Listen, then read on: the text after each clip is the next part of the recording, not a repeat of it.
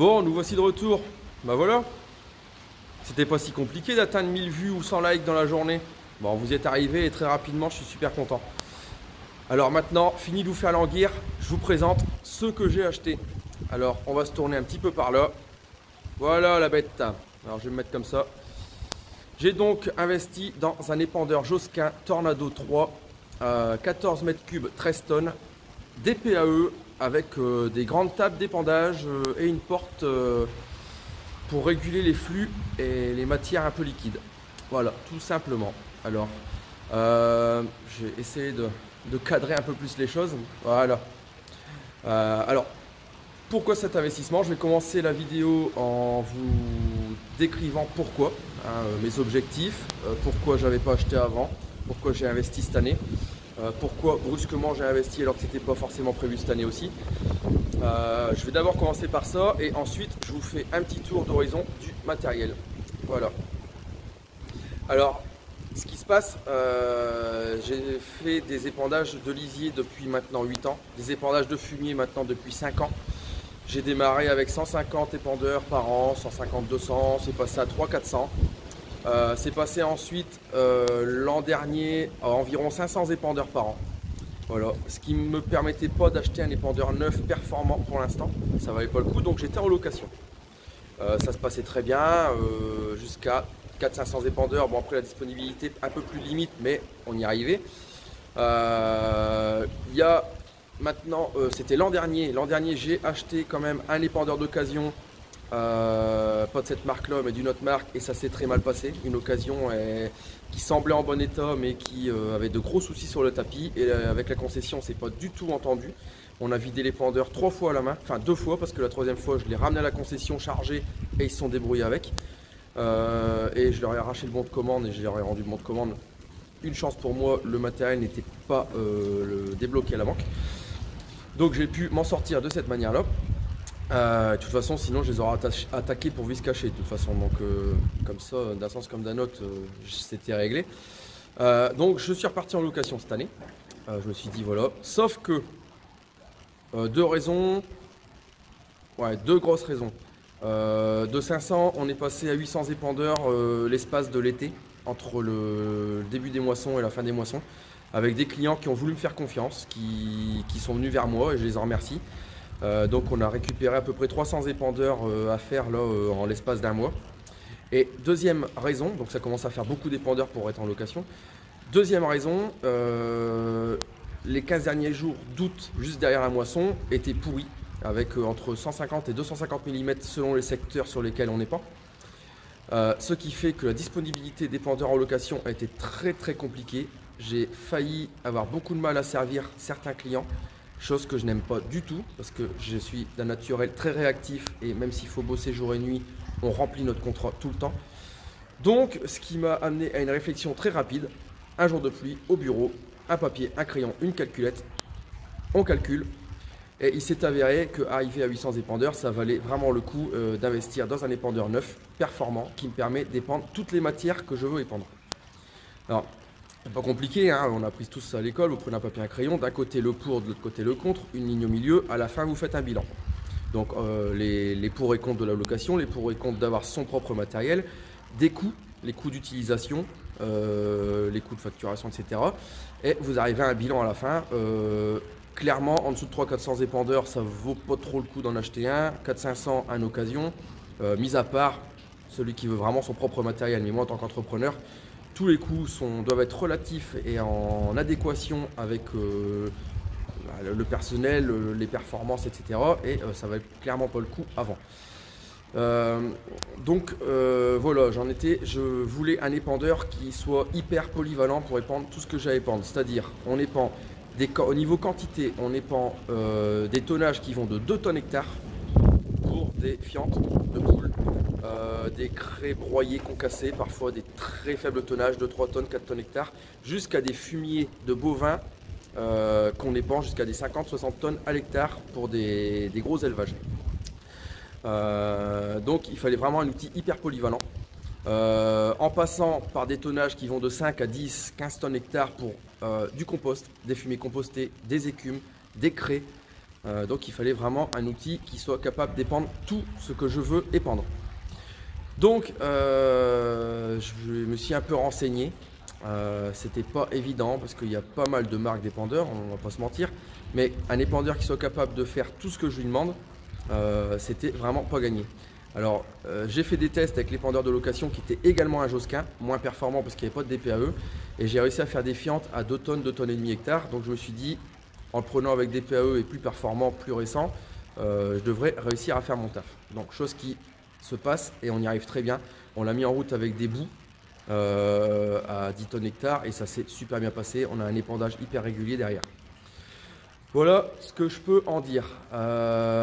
Écoutez, ce que je vous propose, on va pas s'attarder plus longtemps. De toute façon, je pense que vous allez me poser un tas de questions auxquelles j'essaierai de vous répondre dans les jours à venir. Je vous propose de faire un petit tour d'horizon de la machine.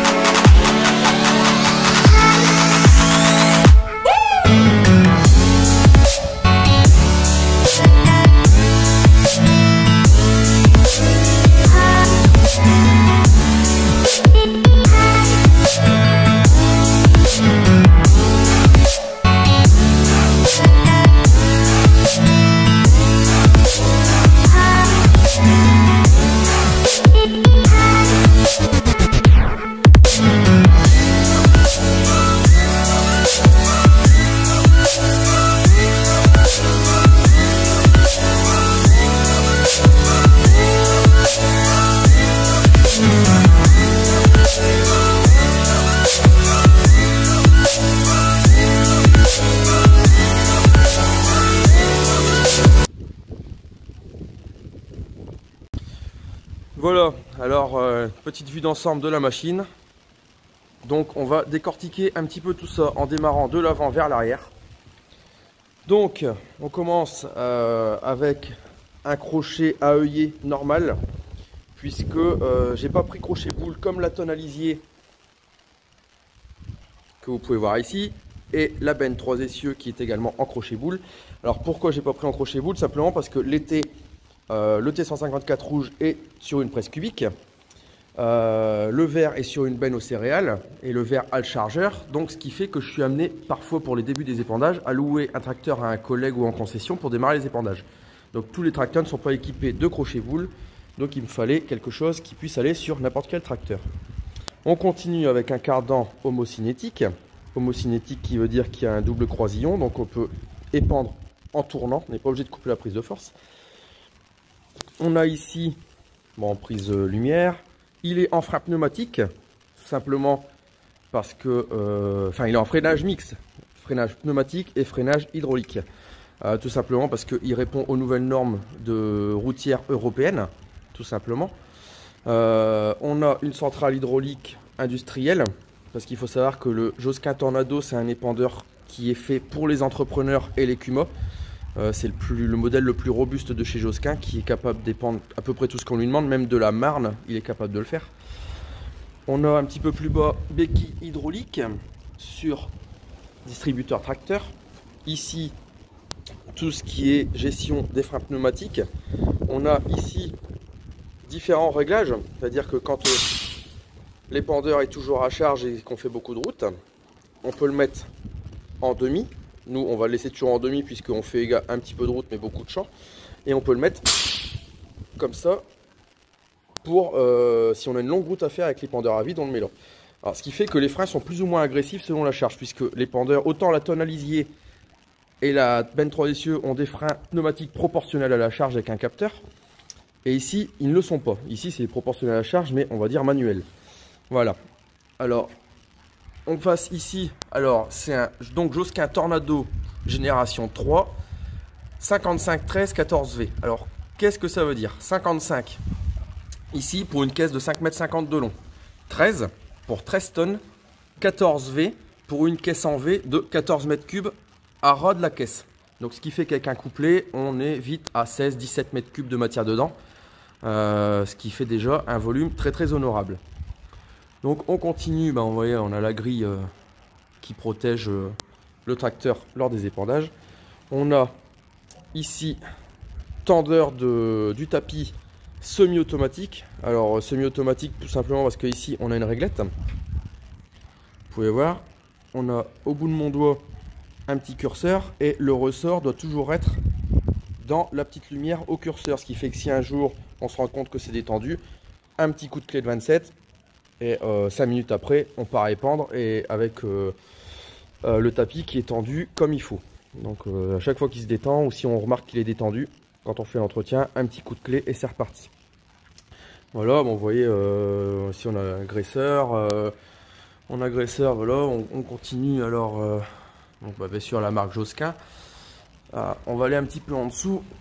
Alors en dessous, vous voyez, on a une flèche qui est reprise sur le châssis intégral, qui est relativement robuste et solide. On a deux réglages pour la flèche. Alors nous ce qu'on va faire prochainement avec Pierre, c'est que de ce trou là on va le mettre ici parce que l'épandeur se tient un petit peu trop sur le tracteur. On voudrait le relever un petit peu parce que quand il est à charge, il a tendance à être un petit peu vers le tracteur et ça me plaît pas trop. Donc on va tout simplement mettre un cric ici et on va criquer, enlever l'axe et le positionner là au-dessus. Donc on continue, vous voyez les barrettes du tapis. Bon, il a servi pour faire, on a fait des essais à l'épandage debout pour le mettre en route. Donc un petit peu sale, la transmission qui va alimenter là-bas derrière mes hérissons. On a un essieu, ça va être je pense un essieu de 150. Les bonbonnes d'air pour les freins pneumatiques, enfin les bonbonnes d'air, les coussinets, les freins pneumatiques. Voilà, on a ici la roue crantée avec le capteur pour le DPAE.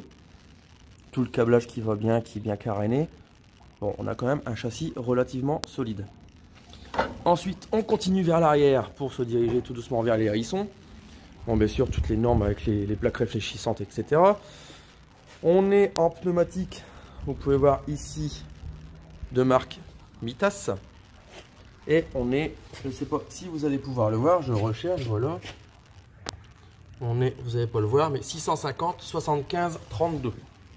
Ce qui fait qu'on a déjà un pneumatique qui est relativement large. 650 avec le boudinage, c'est un pneu qui porte 750 au sol environ. Et de marque Mitas qui est déjà une marque assez convenable sur ce genre de machine. Bon, c'est pas de l'ukrainien, c'est pas du polonais, c'est déjà une marque qui tient la route. Voilà, avec un bon cran, un épandeur qui va, je pense, pas marquer du tout.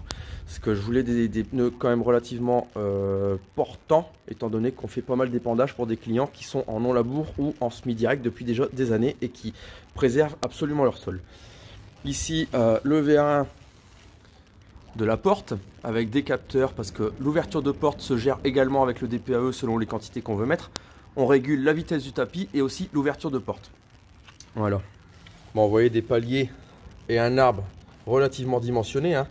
Comme vous pouvez voir, j'ai déjà une bonne main et l'arbre il est déjà relativement gros. Je sais pas, ça va être un arbre de, je dirais 70, avec un bon palier, bon, quelque chose de solide. Et on arrive sur la pièce maîtresse de l'épandeur, la hotte d'épandage, avec ses hérissons largement dimensionnés, des hérissons qui font 1 mètre de diamètre chacun. Voilà, sur une hauteur de, ça doit être 2,20 m il me semble, ou 2,10 m. Avec des crocs légèrement inclinés pour la répartition et sa particularité Josquin, le décrochement ici qui projette assez loin. On a ici les noix qui, vous voyez ma main, des noix qui font environ 200 mm de diamètre, une chaîne marine de diamètre 16 et des barrettes légèrement incurvées avec une barrette environ tous les 40 cm qui permettent une bonne alimentation des tables d'épandage ici. On voit la porte en alu qui est derrière. Voilà, porte qui est capable de retenir le flux, donc qui est assez solide pour retenir le flux et freiner le flux. Ce qui fait que on va mettre les deux en relation. Moi, ce qui m'intéressait, c'est cette grande table d'épandage. Avec les tables d'épandage font 1,10 m de diamètre chacune. Donc 2,20 m de table d'épandage.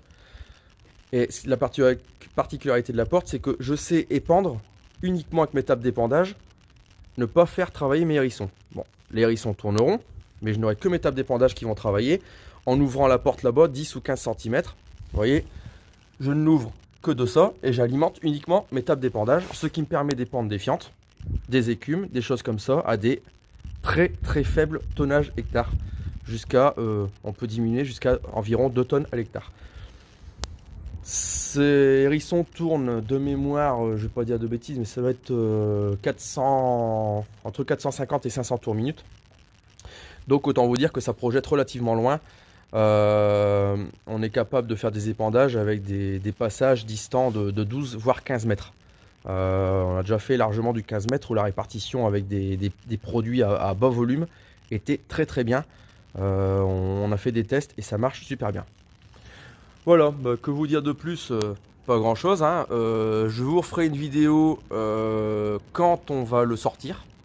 J'attends des jours meilleurs parce qu'on a des épandages à faire, on a de la craie encore à épandre, on a pas mal de fumier à épandre pour des labours d'hiver encore, donc des fumiers frais, donc des fumiers pailleux, etc. Donc on va pouvoir voir comment ils se comportent. Mais donc on attend le gel ou une longue période de beau temps, chose qui n'est pas annoncée dans les jours prochains.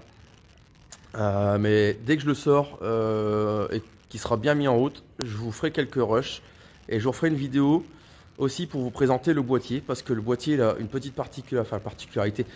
C'est une nouvelle génération de boîtier Josquin et avec le DPE c'est franchement génial quand on l'a essayé à la boue. Vous rentrez la densité moyenne de votre produit, vous rentrez dedans la manière dont vous chargez votre caisse, donc soit 2 tiers, 1 tiers, moitié, couplé, pas couplé, etc. Donc lui à partir de là il sait grosso modo le tonnage qu'il a dans l'épandeur et vous rentrez le tonnage souhaité à l'hectare, la largeur d'épandage. Et une fois que tout est paramétré, allez, vous allez vous caler plus ou moins sur un premier épandeur pour voir si vous êtes bon. Et avec l'autoguidage, vous êtes pile poil. Donc après, vous roulez.